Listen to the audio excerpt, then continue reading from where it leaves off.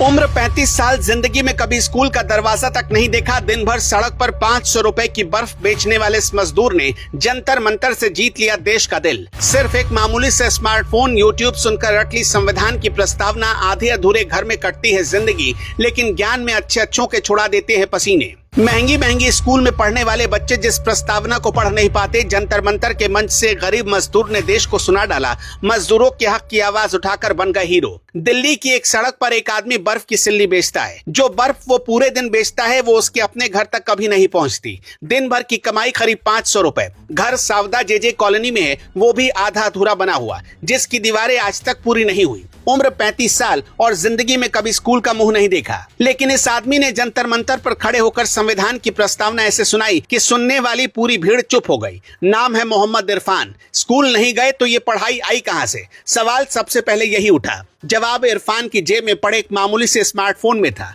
उन्होंने Google voice search को अपना उस्ताद बना लिया। जो शब्द पढ़ नहीं पाते उसे बोलकर पूछ लेते हैं। यूट्यूब पर सुन सुनकर संविधान की लाइनें दिमाग में उतारते चले गए। आज वो प्रस्तावना बिना रुके, बिना अटके पूरी की पूरी सुना देते हैं, और उसी तेवर में भगत सिंह की कविताएं भी पढ़ते हैं। जरा रुक कर सोचिए कि ये कितनी बड़ी बात है। जिस देश में लाखों बच्चे स्कूल जाकर भी संविधान की प्रस्तावना नहीं जानते, वहां एक मजदूर उसे जुबानी सुना रहा है। जिस उम्र में लोग कहने लगते हैं कि अब सीखने का वक्त निकल गया, ठीक उसी उम्र में इरफान ने शुरुआत की। न हाथ में किताब थी, न कोचिंग की फीस, न कोई सिखाने वाला था, तो बस एक फोन और सीखने की जिद। प्रतिभा हालात की मोहताज नहीं होती। ये लाइनें किताबों में बहुत अच्छी लगती हैं। इरफान ने इसे सड़क पर खड़े होकर सच करके दिखाया। जंतर मंतर पर सीजेपी का आंदोलन पूरे 36 दिन चला। वहां नेता आए, स्टूडेंट्स आए, कैमरे आए, माइक आए, और उसी भीड़ में एक दिन बर्फ बेचने वाला ये आदमी माइक के सामने आकर खड़ा हुआ। इरफान ने बार बार साफ किया कि वो मशहूर होने के लिए वहां नहीं गए। वो इसलिए गए क्योंकि उनकी नजर में इस देश में मजदूर की बात कोई नहीं करता।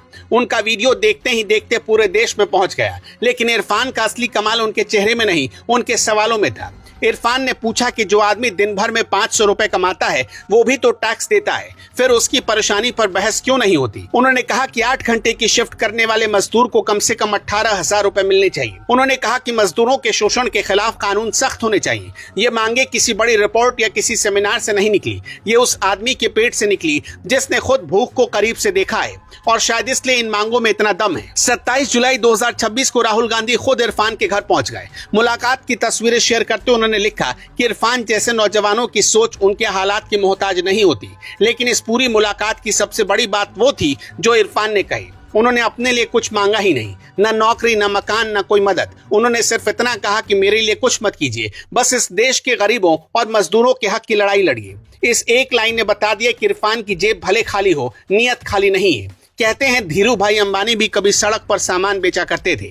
आज इरफान भी सड़क पर बर्फ बेच रहे हैं। फर्क सिर्फ पैसे का है। सोच के मामले में इरफान किसी से कम अमीर नहीं है। इस देश में लाखों इरफान हैं जो हर सुबह ठेला लेकर निकलते हैं और हर रात पेट को पीठ से चिपका कर सो जाते हैं। उनमें से एक ने आवाज उठाई तो पूरा देश सुनने के लिए रुक गया। जिस दिन आपको लगे कि आपके हालात आपके सपनों से बड़े हो गए, उस दिन एक बार इरफान का चेहरा याद कर लीजिएगा। आपको इरफान की कहानी कैसी लगी, हमें कमेंट में जरूर बताइएगा।